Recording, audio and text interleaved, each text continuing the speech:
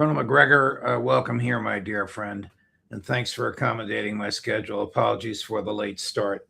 Let's start with history, Colonel. Isn't it a truism that in war, the peace agreements are written by the victors?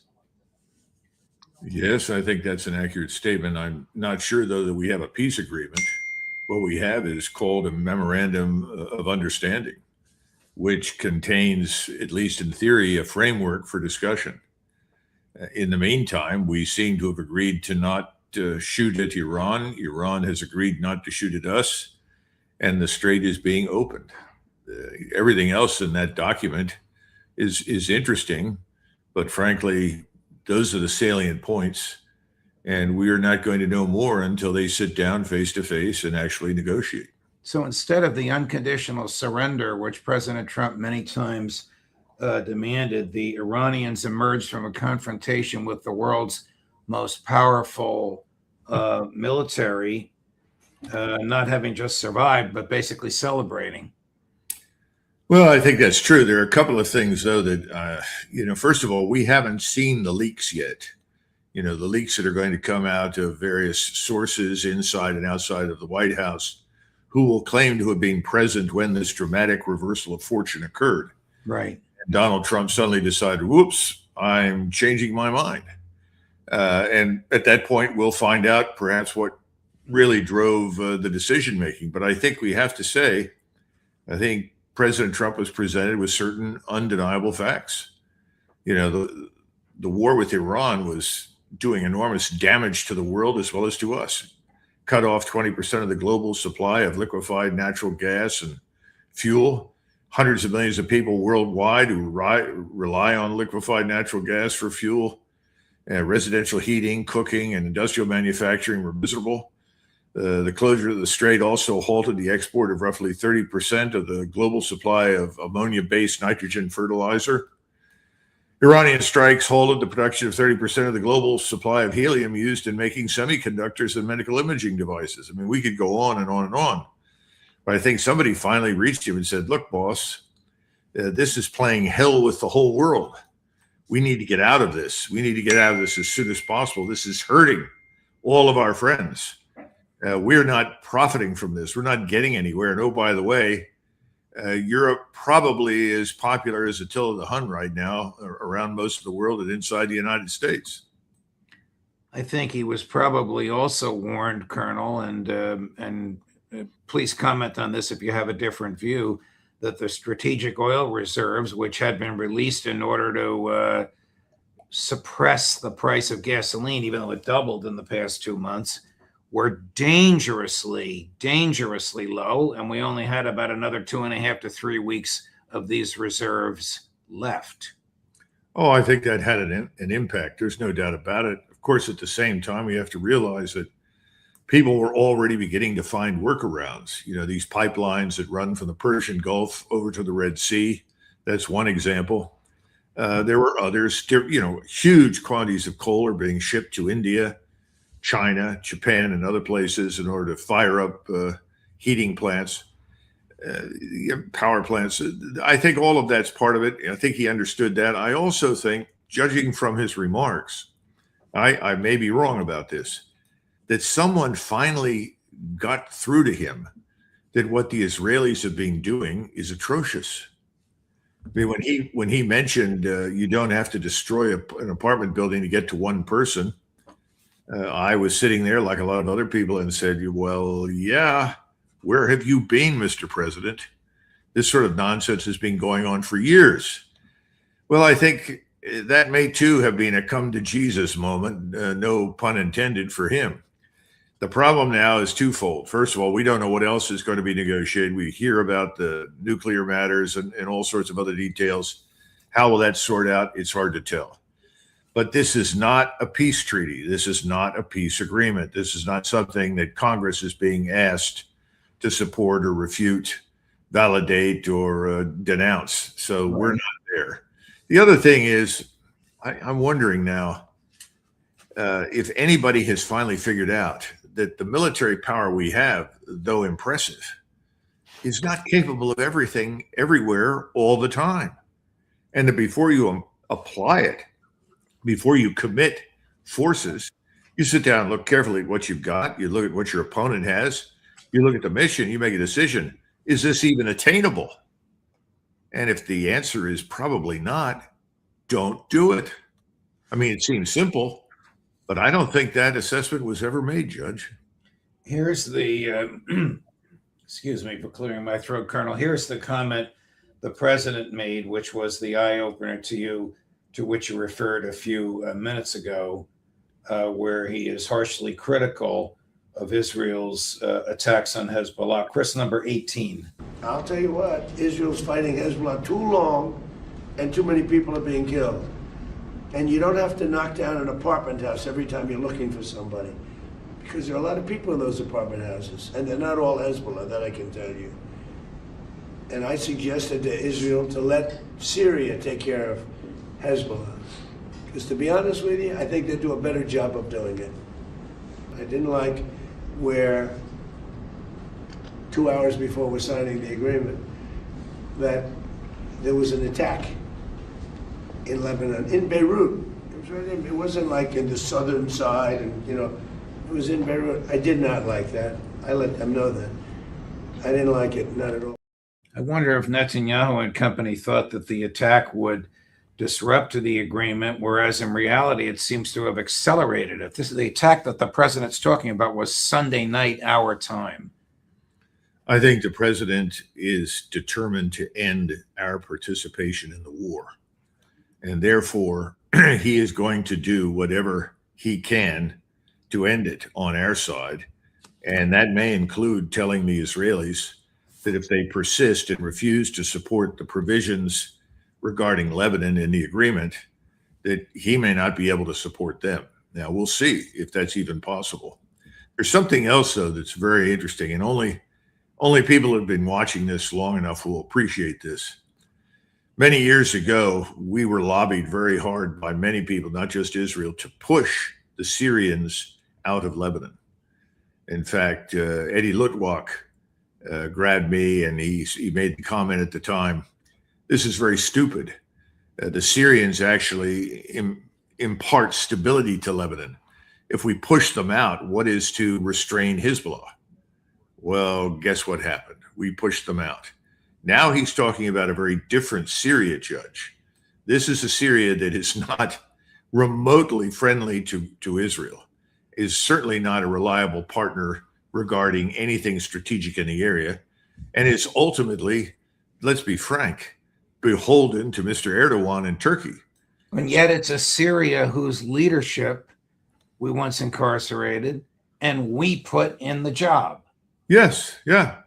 But I think we need to understand that, the giant in the room that nobody ever mentions, what I call the 600-pound gorilla, is Turkey, or Turkey, as they want us to call it. The Turks have a real interest in everything going on there.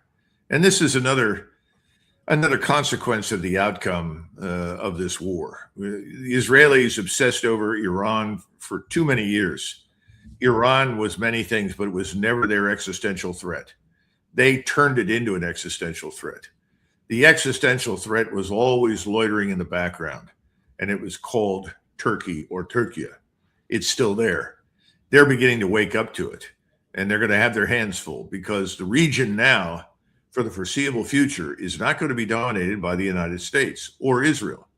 I think we have to expect that this region will be dominated by the two great powers that dominated it for hundreds and hundreds of years, if not thousands. One are the Turks. Two are the Persians. We call them Iranians. It's the same thing. Turks and Persians. They're going to dominate everything now, because our strategic influence, whatever we say, has been very seriously weakened by the outcome of this war. How bad a setback is this for Israel in general and Netanyahu specifically? I think it's a disaster for Israel. And this was always my reason for opposition to broadening the war in Gaza to make war on the whole region, which is effectively what the Israelis did. And they were absolutely confident that they had such complete control of us that between us and them, they could mobilize firepower and strength to defeat Iran. I was never very confident of that. I always urged against it. And now what they've done is that they've unbalanced the region against them. The Israelis have no friends left in the region, and we are not going to restore our former military presence in the region to its pre-war height. It's not going to happen. First of all, we don't need it. It was never necessary for us. It was a legacy of the Cold War to a large extent. And we had an interest in downsizing in any case, just as we have an interest in downsizing in Europe and elsewhere and Northeast Asia. So that's not going to happen. What does Israel do? Israel has steadily refused under any and all circumstances to fundamentally assimilate itself into the region. It won't do it. So how long can it last as it sits there behind its walls, refusing under any circumstances to cooperate with anybody on the other side of the wall? Well, if the United States will not extend the war for greater Israel, will Jewish people begin to leave Israel? I mean, you have argued that the entire architecture that the United States and the United Kingdom created after World War II will soon be gone. Yes, absolutely. The whole Sykes-Picot construct is all going to be swept away.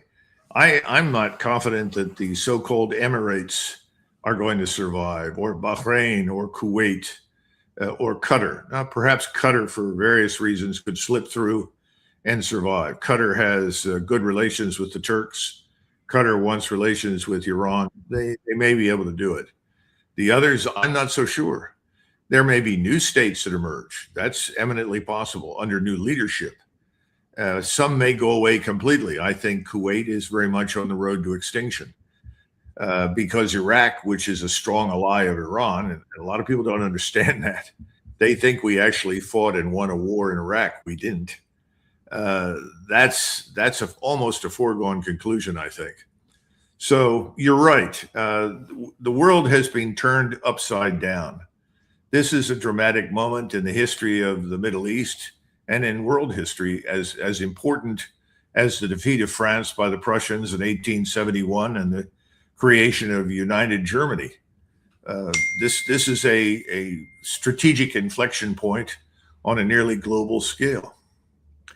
A few minutes ago, you articulated the economic consequences of this war, a war of choice. We know it's a war of choice. We know that Netanyahu and his colleagues talked Trump and his colleagues into doing this, and there was apparently little or no resistance in Trump's inner circle.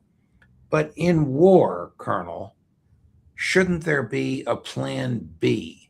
Shouldn't the Pentagon and the State Department have anticipated the natural and probable economic consequences if the Israelis were wrong and this would not be over in 96 hours?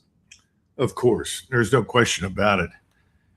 But the plan B is not something that you develop overnight. Plan B is something that you have to build the foundation for over many years. In other words, how do we build stocks large enough to ensure that if things don't go our way in 60 or 90 days, that we can stand the pressure, we can withstand the losses in munitions or even people. We're not up to it. We weren't up to it before this. We aren't up to it now. But this goes back to the so-called rosy scenario, all of the key assumptions about Iran. And all the assumptions about Iran are wrong, So you have to, before you do anything, you have to define the use of military power based on what's your strategic purpose, what's the operational method? In other words, how do you propose to do it? And what do you want things to look like when it's over? I don't see much any evidence for anything other than this is what we want it to look like. Now you go out and make it happen. Nobody bothered to come back and say, this is the wrong instrument. We're not going to get to where you want to go this way. So, can you rapidly withdraw from danger if the mission fails? How do you tailor your forces to deal with geography, logistics? Do the forces that you have, do they have enough firepower, mobility, manpower, and materiel? I mean, we just go on and on and on. I don't think all of those questions were adequately answered. And so, we went into this in a rush. without thinking it through very carefully. The neocons and the Zionists in America, of course, are dumbfounded. What kind of pressure will they put on President Trump? I mean, he really can't go back on this. No. Well, there's something there that I really do worry a great deal about. On one hand, there are a lot of people who are going to call for President Trump's resignation. Oh, There will be people out there that will say this is time for President Trump to leave. He doesn't know what he's doing. He's not competent. He made a fatal mistake. He should be punished for this. He's got to go away. I'm not necessarily prepared to sign up for that at this stage of the game. It may be appropriate sometime in the future for him to leave, but not right now. Secondly, I'm very concerned that people will threaten his life. I think now more than ever, he is at risk of being assassinated. And I hope that there is a substantial effort being undertaken to sort out who is who inside the Secret Service and inside that White House. This goes back to something that you and I have talked about previously about dual citizens. yes. Holding appointed and elected office. No. We've got to get back to the fundamental meaning of the founding document of this country, the Constitution. Oh, but we have these dual citizens, and they are within arm's reach of the Oval Office, correct? Yes, they are. And I think that's something that should concern every American at this stage. President Trump needs to stay where he is, and he needs to see this through. He is responsible. He did start it. There's no question about it. He needs to see it through. Now, should he consider removing people in his inner circle who failed to advise him accurately? I don't know. I mean, the real question is, would he have accepted any advice to begin with? That I don't know. I guess can't answer that. In other words, I don't know who the players were precisely. I know something about them. Did they step forward and say, this is not a good idea, or you really need to back off, don't do this? Or did they say, well, I have concerns about this, Mr. President, but if you want to do this, I'm with you. Let's go ahead. No. Well, if Pete Hegseth told him that he could bring about regime change by bombing in 96 hours, Hegseth should be out looking for a job. Well, I'm inclined to say yes, but again, I don't know the facts. And then the real question at this stage is, who do you put in there? Because the same people that urged this war inside the administration, they're still all over Capitol Hill. I mean, you're dealing with a Senate and a House that is shameless. I mean, these people are hypocrites on steroids. They should be offering support to help the president extricate us. That's not what they're doing. All of them are condemning President Trump. Why would they do that? Why would they condemn the president for making a decision that makes a hell of a lot of sense, which is to end our participation in this fiasco? When you told me about a month ago, and you said it elsewhere, the best thing the president could do would be declare victory and go home. He's effectively done that. Did you think he would take that advice? I mean, aren't you as surprised by this as the rest of us are? I was surprised because I didn't think he could overcome the inner circle, which I think was pushing hard for war to the bitter end. Right. We just need to go back in and bomb again, kill more people, destroy more infrastructure. We'll get what we want. The hell with the rest of the world. Remember, I did have some interaction with Donald Trump, and there were a couple of things that I walked away from my interactions with him convinced of. One was he did not want to go to war with Iran. He absolutely wanted to come to some sort of arrangement. Number two, this was not somebody who wanted to go to war with anybody. That was not his inclination. He actually stated in his run for the office what he thought.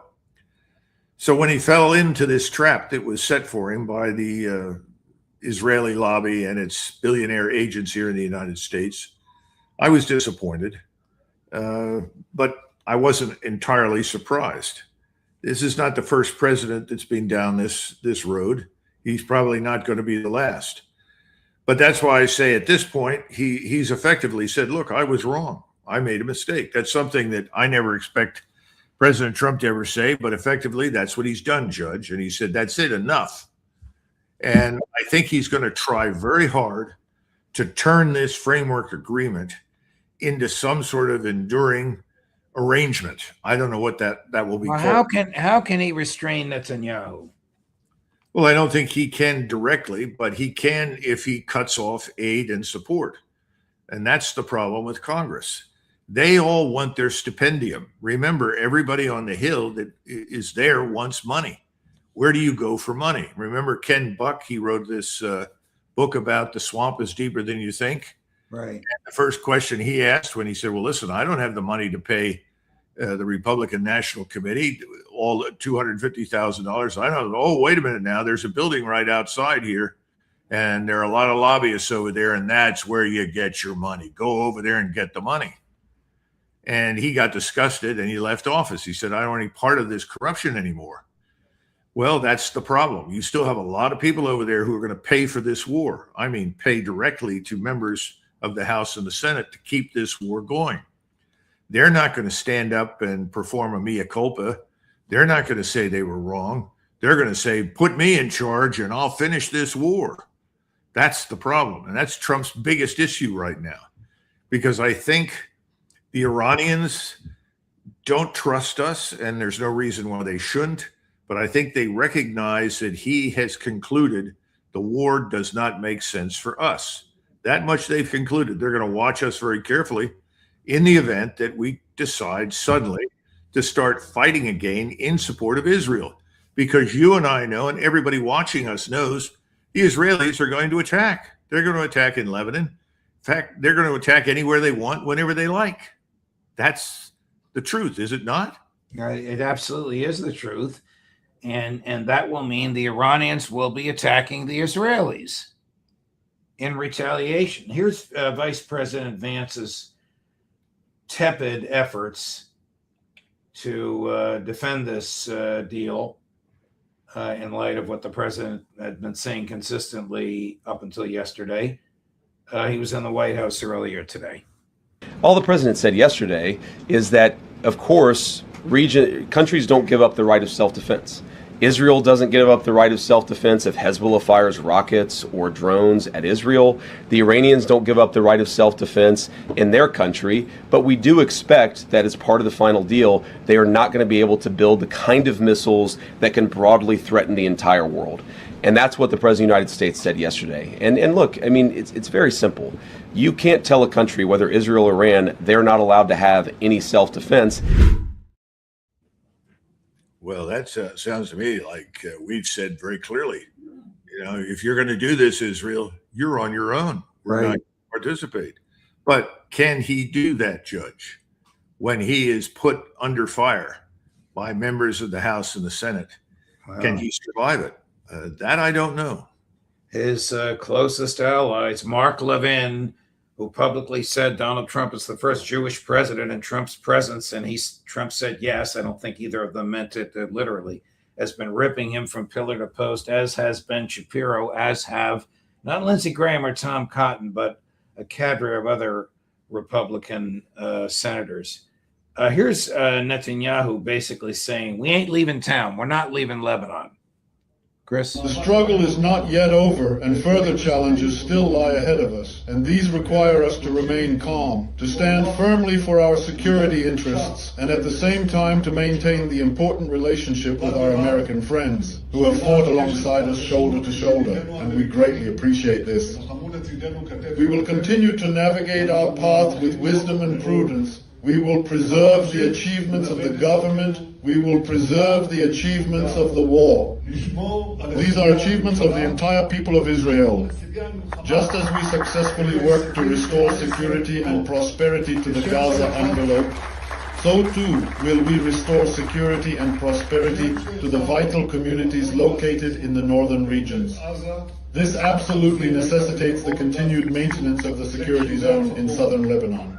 This requires that we do not withdraw from there as Israel's security needs demanded, because this zone shields our citizens and communities from Hezbollah attacks.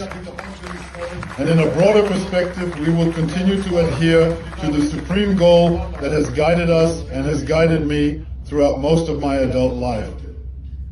Iran will not have nuclear weapons. I want to state clearly that as long as I am serving as the Prime Minister of Israel, I will personally guarantee that this will never be allowed to happen. Will not leave Lebanon.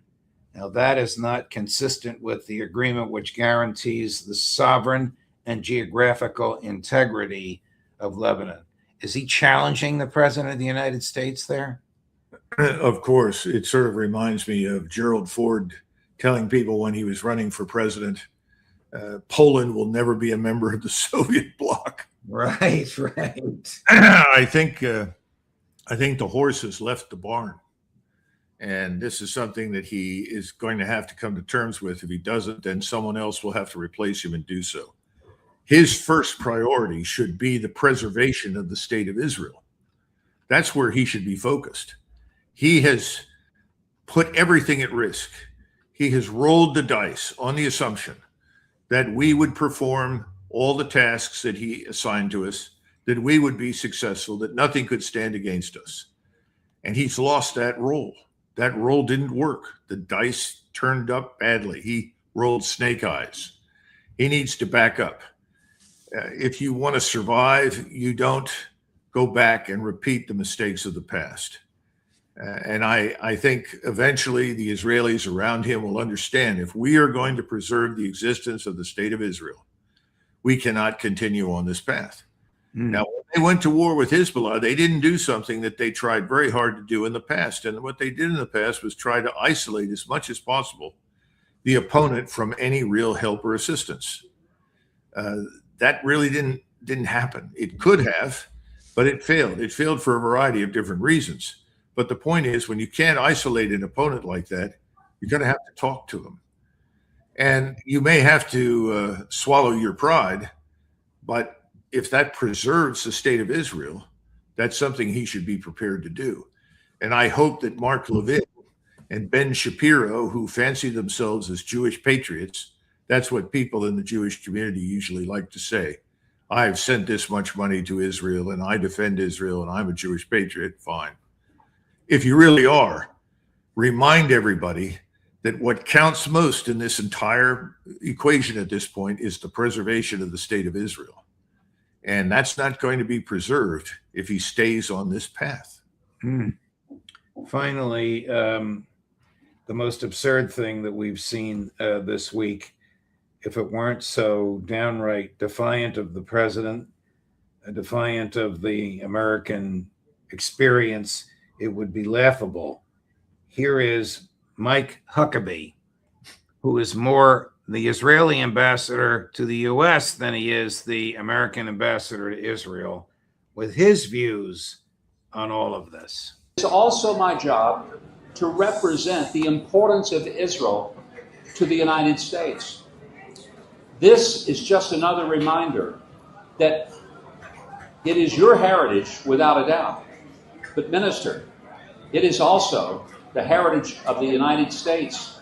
Without Israel, without the Jewish Foundation, there would not be an America. We owe our very existence to what happened in this land. The United States owes its existence to Israel. That's entirely a new one on me, Colonel. Well, this is unfortunate. And as you say, that is not true. That doesn't mean that we are anti-Semitic, for God's sakes. Right, of course not. There are a But lot. they'll say that, and you know it. They've said it about both of us. Of course, and it's like saying, well, if the aliens hadn't landed at Roswell, we would have been destroyed in the Cold War or something. It's that fanciful. Right now, President Trump has taken decisive steps in the direction of ending the war. Can it be made permanent? We'll have to see. It's not a treaty. It's just a framework. It's an MOU. That's all it is. I think he's going to do everything in his power to reduce the probability of conflict between us and Iran. And he should. As you and I have discussed, it was never needed. It could always be avoided. And I think he always believed that.